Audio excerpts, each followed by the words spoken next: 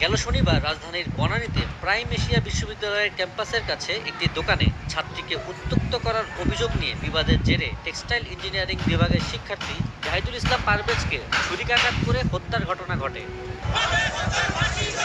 এদিকে পারভেজের হত্যার সুষ্ঠু বিচারের দাবিতে সিএমএম আদালত প্রাঙ্গণে মানববন্ধন করেন প্রাইম এশিয়া বিশ্ববিদ্যালয়ের শিক্ষার্থীরা। আসামিদের ফাঁসি ও দুই নারী ছাত্রীকে দ্রুত বিচারের আওতায় আনার দাবি জানান তারা। সবাই শুধু আসামিদের ধরতেছেন, মেইন কারিগর তো হচ্ছে ওই মেয়ে দুইটা। এই মেয়ে দুইটার কথা কেউ বলতেছে না। এই মেয়ে দুইটাকেও হচ্ছে আইনের আওতায় নিয়ে আসা হোক। আমাদেরকে কে সেফ দিবে? একদম বহিরাগত মানুষকে আইসে যদি আমাদেরকে মেরে যায়, সর্বোচ্চ শাস্তি ফাঁসি, মৃত্যুদণ্ড চাই আমরা। এদিকে পারভেজ হত্যা মামলার প্রধান আসামি মেহেরাজ ইসলামকে গাইবান্ধা থেকে গ্রেপ্তার করেছে র্যাব।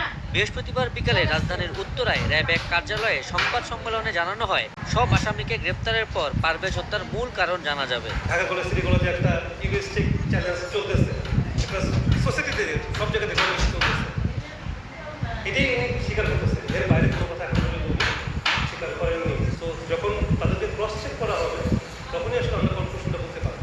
অপরাধের ক্ষেত্রে রাজনৈতিক পরিচয় নিয়ে আসলে অন্তত আমরা বেশি ইনকোয়ারি করতেছি না। এই মুহূর্তে আমরা চাচ্ছি যে অপরাধের আসল রহস্যটা কেন। এই ঘটনায় দুই ছাত্রী ও বহিরাগত কয়েকজনকে আটকের চেষ্টা চলছে বলেও সংবাদ সম্মেলনে জানানো হয়। দুই ছাত্রী, তাদের ব্যাপারেও আমাদের তথ্য রয়েছে।